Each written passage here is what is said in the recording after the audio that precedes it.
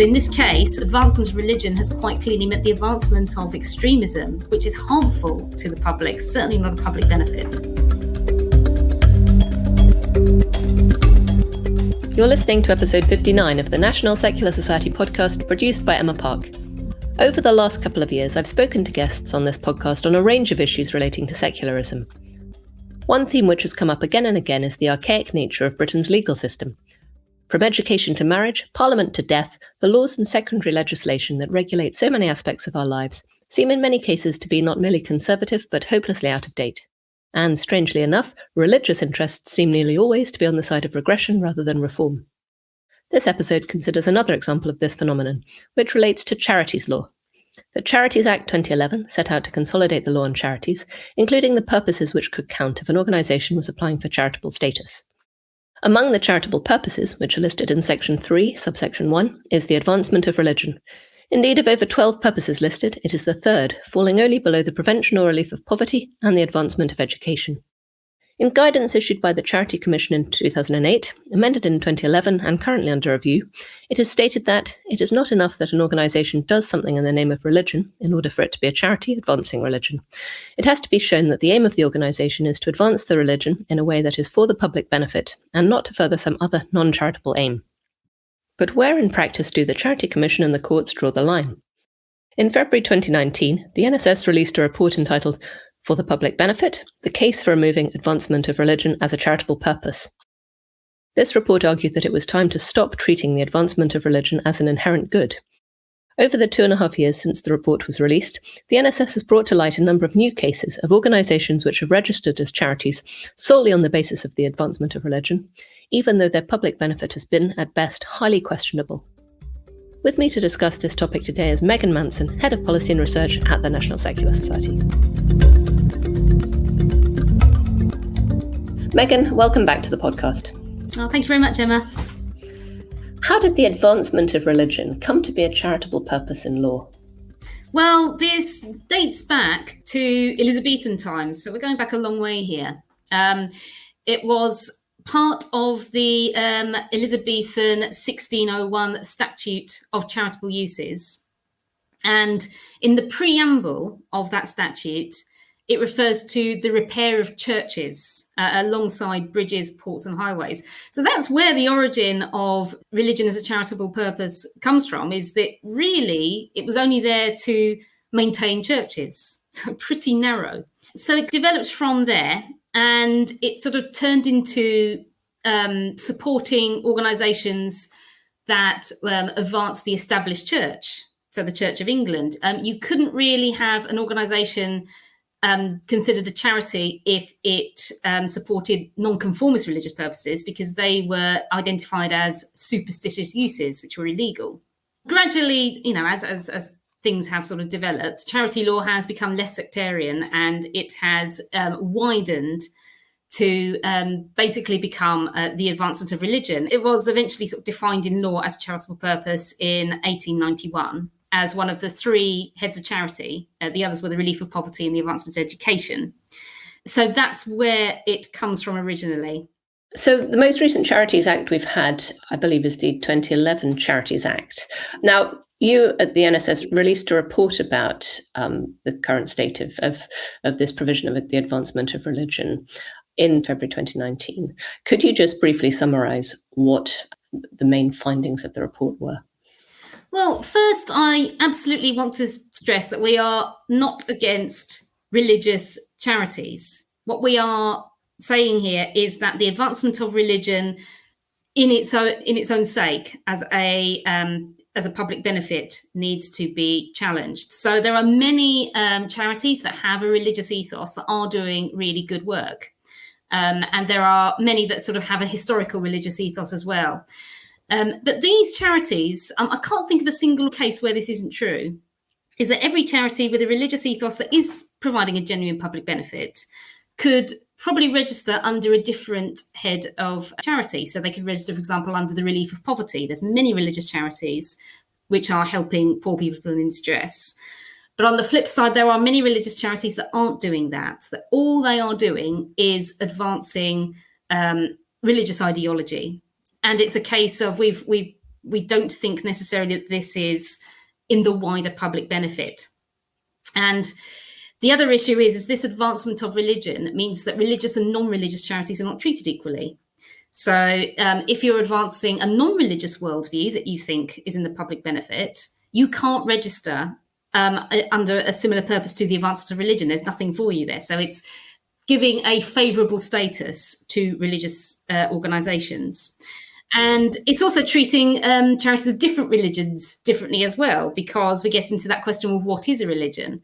And if the Charity Commission thinks that you don't look much like a religion because you look a bit different to some of the more traditional religions, then they might reject you as a charity in the first place. So not only does it cause inequality between religious and non-religious charities, it's causing inequality between organisations of different religions too.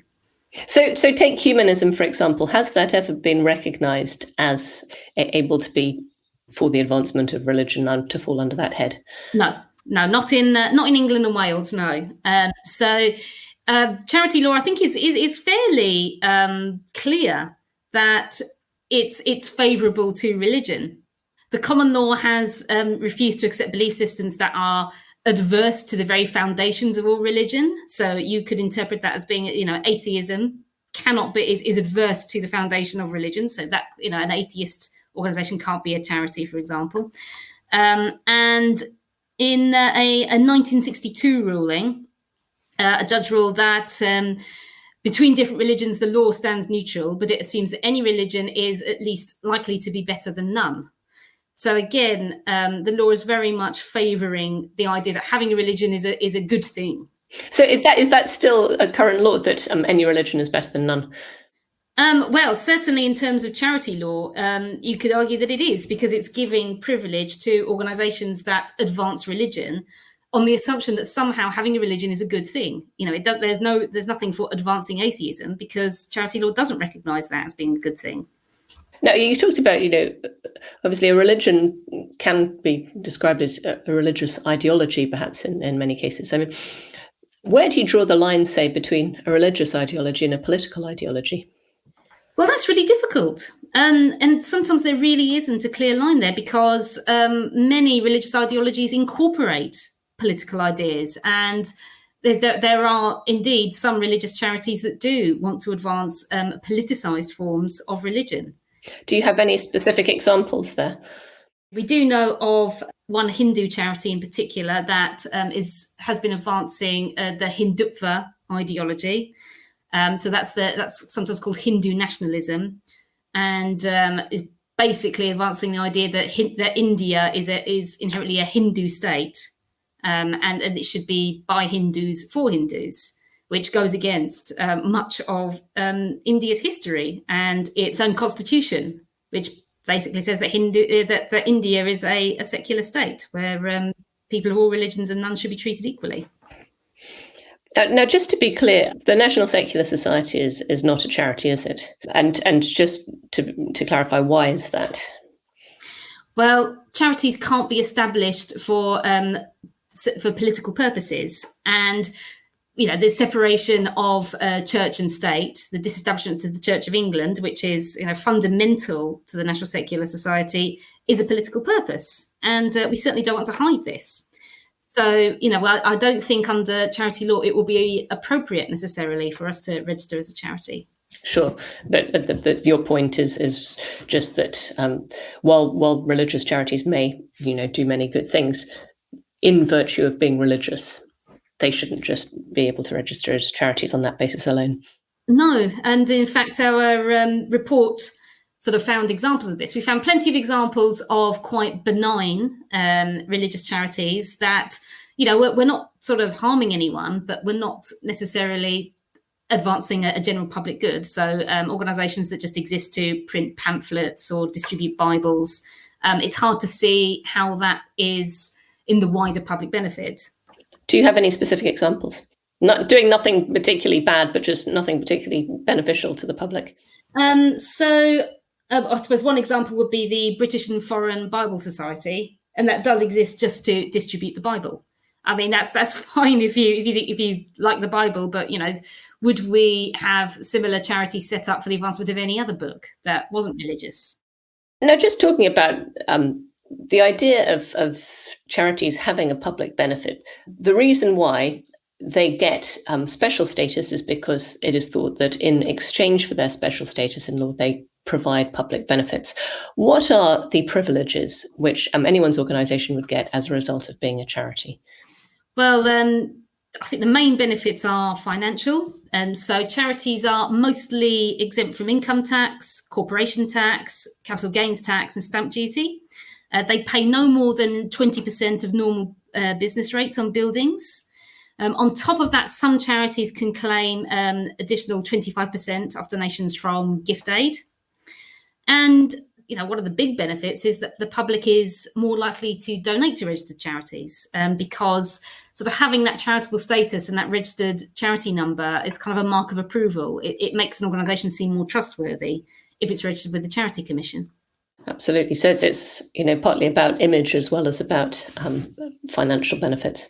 Absolutely. So, I mean, basically, are charities, in effect, partly propped up by the taxpayer? I think so, yes. Yeah, I think that there's certainly an argument for that. And of course, that really needs us to call into question the fundamental idea of separation of religion and state when the state is giving these very favourable tax relief to religious organisations on the basis that they are religious. So not on the basis that they're doing a good job elsewhere, it's just on the basis that they're religious. Yeah, and it's got to be religious, not just any old worldview. So it's privileging some worldviews over other worldviews. Absolutely. Okay, well, let's look now at some of the more egregious charities that have come to the NSS's attention between February 2019, when you wrote the report, and now. First of all, do you have the statistics on the number of charities in the UK which have no other charitable purpose apart from the advancement of religion? Well, we found in 2018 there were over 12,000. That number will have grown a little bit since then. And that's just the organisations that only had religious activities and nothing else listed as their charitable objects. But there will be other ones as well that do have other objects listed that possibly aren't really fulfilling them in a way. It's debatable whether they are fulfilling them. And some of the times you can register as well under other charitable purposes. So you can have religious activities and other. So I think that number is a conservative estimate. And there will be some that are registered with just religious activities that are actually doing other things as well.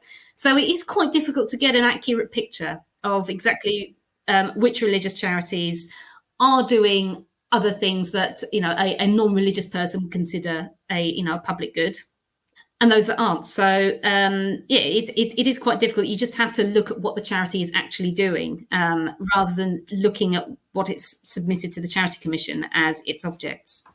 So how have you and the NSS gone about this research? So the project that we did in 2019 and the report was sort of a deep dive looking into charity law. It was sort of our first real look into some of these charities. And then since then, every month we've been taking a look at what new religious charities register with the Commission. And sometimes this has turned up some charities that we think could be promoting a public harm in some of the things they've been saying. So let's look specifically at charities that have come to your attention that might be promoting public harm. Could you give us some examples of some of the worst? Well, just looking at earlier this month, we discovered a charity called Miftul Jannah Academy, which was hosting extremist lectures on its website. And so the preacher, Mohammed Patel, who was giving these lectures, was saying that Muslims had a duty to fund jihadists. And when we're saying jihadists here, it was quite clear from this lecture, they were talking about violent jihadists. They were saying that if a Muslim country wants to go to war, then Muslims should provide money to jihadists so they can buy machine guns. They actually said that quite explicitly. And this preacher was also putting out very anti-Semitic messages. He was talking about the dirty qualities of Jews. And what's very concerning as well is that this preacher has also been hosted by Walthamstow Central Mosque, which is also a charity. It's funded by the Masjid-e-Ummah Trust. And it could be this preacher has been speaking at other charities as well. We don't really know how far this preacher's gone, but yeah, it's very worrying that a charity like Miftahul Jannah could be, a registered charity with the Commission and be hosting things like this. I mean, it just shows that, yes, absolutely, this charity is advancing religion. There's no question. This was a lecture about what's in the Quran, about this preacher's interpretation of the Quran. But in this case, advancement of religion has quite clearly meant the advancement of extremism, which is harmful to the public, certainly not a public benefit. Many, I think, religious people's response to that is often, well, that's not real religion. Real religion is peaceful, or real religion is good. But doesn't a case like this rather show that actually religion is a matter of interpretation? Absolutely, and that's part of the problem, is that religion, it can be good or bad. Charity system doesn't really accommodate that issue. It basically says, well, if you're a religion, you must be for the public benefit. I mean, technically, there is no longer an assumption that religious charities provide a public benefit. But in our research, it showed that in practice, the bar for whether something's considered public benefit is incredibly low for religions. The Charity Commission have made it quite clear, and politicians have made it quite clear, when religious organisations have expressed concerns about the duty to fulfil a public benefit, they've said, don't worry, it's not going to be an onerous duty. That's one thing that Ed Miliband said when discussing this particular change to charity law. On Ed Miliband's reassurance to religion, do you think this is part of the general theme, which I think the NSS has often come back to, that there is this deference to religion in many aspects of public life in the UK? Yeah, absolutely. It's all part of it. So the bar is low for becoming a religious charity, because once it's established that you are some sort of religion, that's enough effectively for you to be considered to have a public benefit. Yes, yeah, that's what our research has shown, is that there's absolutely favourable treatment of religion here. So you've given one example of a problematic religious charity. Do you have some more? Well, if we're just looking at sort of what we found this year, there was a Christian charity which registered this year. It's called the Holiness Revival Movement Worldwide Europe, or HORMAU Europe. And its website was blaming rape on how women dress, and saying that women who wear trousers are wearing the uniform of a harlot. So this is right. So this is a charity openly promoting, really bad misogyny and victim blaming when it comes to rape. And this is obviously quite a topical issue. And we found a charity that registered this year. The Charity Commission clearly didn't look at this charity's website. I don't think the Charity Commission does vet charities that are registering with it. And I can see why, because there's so many. The Charity Commission just doesn't have the capacity to do that. But because it's advancing Christianity, that's what the charity is set up for, it just gets waved through. And then there was another one, I think, that registered late last year, and we sort of found out about it in January. It's an Islamic charity, the Ghamidi Centre of Islamic Communication, had a lecture on its website saying that being gay is a disease that needs to be cured. And it was comparing having same-sex attraction to having homicidal tendencies, and saying, well, we don't let people kill people if they want to, so we therefore shouldn't let people who are attracted to members of the same sex be gay or lesbian and live their life. So that was another one. This is at the time when we're discussing outlawing gay conversion therapy, and a charity registered promoting the fundamental ideas that underpin gay conversion therapy, the idea that being gay is an aberration and a disease that needs to be cured. Does the Charity Commission have any powers to shut down or otherwise restrain these types of charities? Not really. It does. When we do complain to the Charity Commission about these charities, and when we do, it is the case that the material that we've pointed out disappears from the website usually. But I worry that really doesn't solve the underlying problem. I mean, you don't know what these churches or mosques or other religions are preaching to to their followers out off the website, for example. It doesn't tackle the underlying issue. All it does is take away the evidence, really. I mean, so there's several reasons why the Charity Commission can't really act. Firstly, it doesn't have the capacity. There are far too many charities for it to be able to tackle, and too many of these issues, to be honest. So, I have sympathy with the Charity Commission here. And secondly, charity law makes it really difficult for the Charity Commission to act as well. Its hands are tied on this. One really prominent example I can think of is a charity called Core Issues Trust, which is registered with the Charity Commission Northern Ireland. And that charity promotes what it calls change-orientated therapy. And we would call it gay conversion therapy. It's promoting sort of psychological techniques for people who they say want to be rid of same-sex attraction because they want to live according to traditional Christian values. That's how it advertises itself. It doesn't like the term conversion therapy. It only uses the term change-orientated therapy.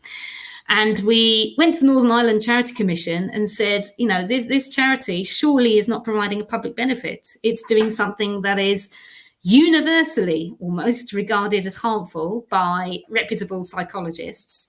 It's promoting something that the UK government is planning on outlawing.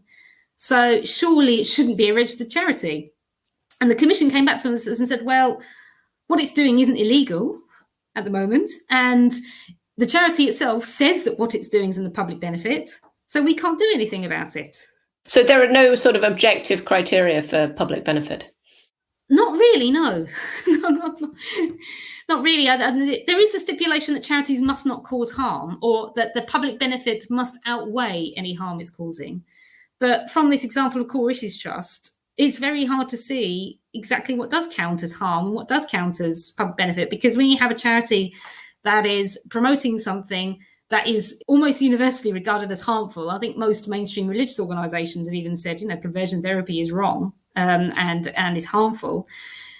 You'd have thought that would be enough for the Charity Commission to go, okay, society no longer considers conversion therapy to be acceptable, therefore it's not serving a public benefit and you cannot be a charity and promote this. But no, it seems that the Northern Ireland Charity Commission is powerless here. Is there any public appetite for the abolition of the advancement of religion as a charitable purpose, or is the NSS really on its own here at the moment? It is really quite a niche issue at the moment. I think people just aren't aware of this privilege in charity law. Certainly I wasn't before I started working for the NSS. It was something I hadn't even considered. I didn't realise that the advancement of religion in and of itself was a charitable purpose. I think like most people, we hear the word charity and we automatically assume that it is something that's providing a public benefit, that you can recognise. So, helping the poor, helping people who are ill or disabled, things like that. So I was completely unaware that just by virtue of being a religious organisation, you could be a charity. And, I think most people are unaware of this. And I mean, there seems to also be this very strange dichotomy.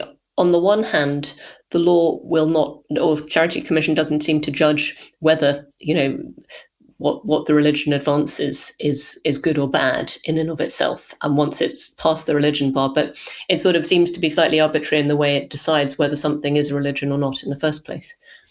Yes, I think so. As I said, the definition of religion has sort of developed over time and it has broadened, but it's still the case that the Charity Commission does seem fairly arbitrary on what it considers a religion. And sometimes it does go down to, if it is something that the Charity Commission is not sure about, it becomes a sort of a battle where if the charity is wealthy enough, it can sort of push charitable status just by taking legal action.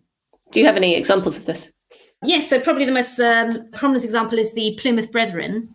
Now, they certainly are a religion. There's no question about that. They are a fundamentalist Christian sect that are quite insular. They do practice quite a few things that people would find objectionable, for example, shunning members who leave.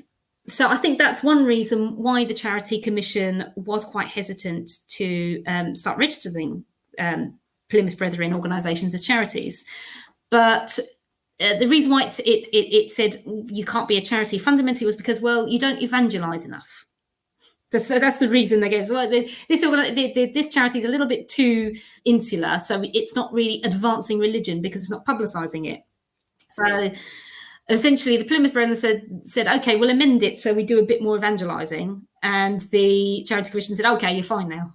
You can be a charity. You can be registered with us. And they're quite misogynistic in the Plymouth Brethren, I think, aren't they? Their views. Yeah, I believe so. There's an awful lot to object to with the Plymouth Brethren.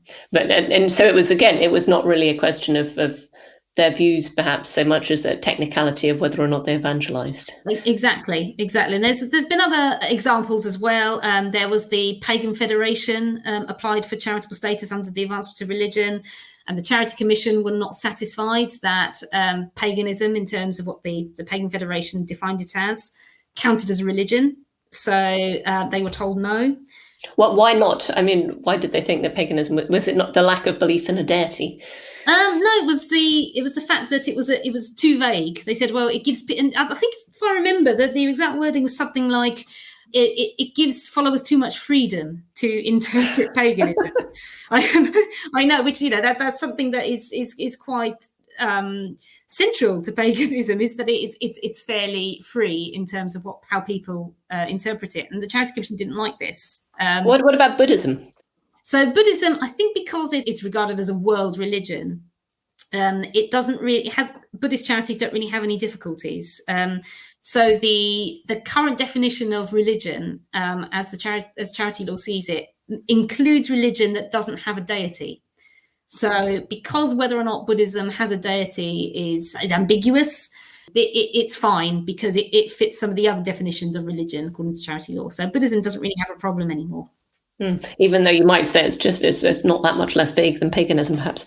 Yes, but because it's basically the case. Well, one I think is it's quite a mainstream religion, and the other one isn't.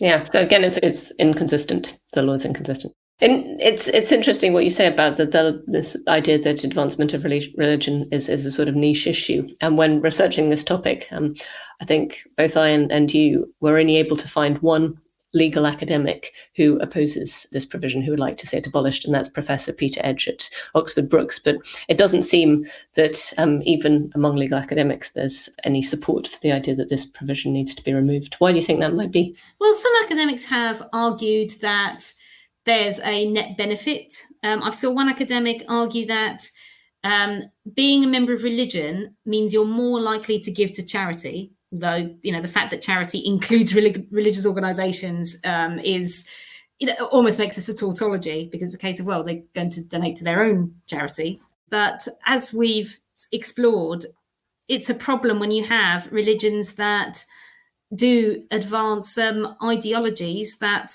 these days a lot of people reject. It doesn't seem right in principle to say that religion is a net benefit on society for that reason.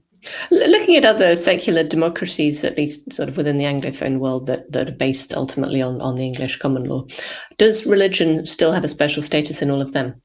Yes. I can't think of any liberal democracies that don't give some form of tax exemption to religion. It'll vary slightly from place to place, but countries that have charity law that's quite similar to ours have this advancement of religion as one of the charitable heads, probably because they've duplicated a lot of it from our own charity law. So you're talking Australia, Canada, New Zealand, that sort of thing? Yes, that's right. But this is being questioned. It's been increasingly questioned in many of these countries. So in 2017, there was a bill heard in the Victorian Parliament in Australia to amend the Charities Act to exclude the advancement of religion.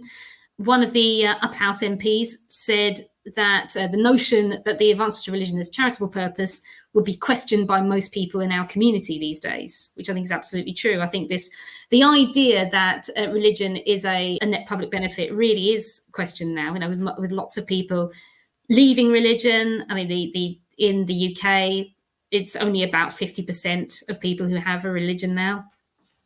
And of course, people question the benefits of religion when they can see how much harm it causes as well, with homophobia, misogyny, sectarianism, extremism. Yeah.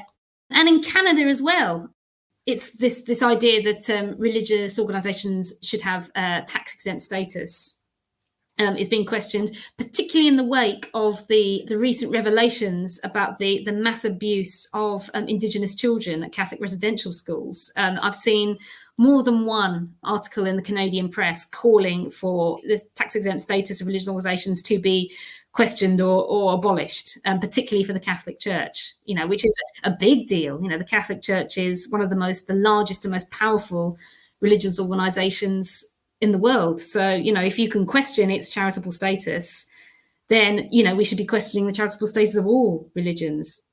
So, just as a final question, is there any hope then that we might be moving in the UK towards the eventual abolition of the advancement of religion as a special charitable purpose? And it is difficult because it is, as I said, it is quite an issue where really we need to build more awareness. I think that's the number one thing, is building awareness of this issue. And emphasising the fact that it's not religion really that we have a problem with. It's the problem of the unfairness that a religious organisation can register as a charity solely on that basis, that it is religious and nothing more. And the increasing number of stories that we see about religious charities which are causing harm. So it's one where we are hoping to build some momentum on this to make sure that only religious charities that do provide a public benefit, and there are many that do, only those ones can benefit from the tax breaks and the other perks of being a charity. We've recently raised this with the Law Commission. The Law Commission have been asking for views on what areas of law it should be looking into. And we've raised it with the Law Commission and said, this is one area of law where things are really out of date. And, they no longer meet the needs of the 21st century UK. So we just hope that the Law Commission take a look at that and also realise that we have a point here. Megan Manson, thank you very much. Thank you.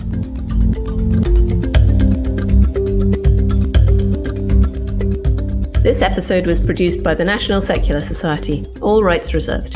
The views expressed by contributors do not necessarily represent those of the NSS. You can access the show notes and subscriber information for this and all our episodes at secularism.org.uk/podcast. For feedback, comments and suggestions, please email podcast@secularism.org.uk. If you enjoyed this episode, please subscribe and leave us a positive review wherever you can. Thanks for listening, and I hope you can join us next time.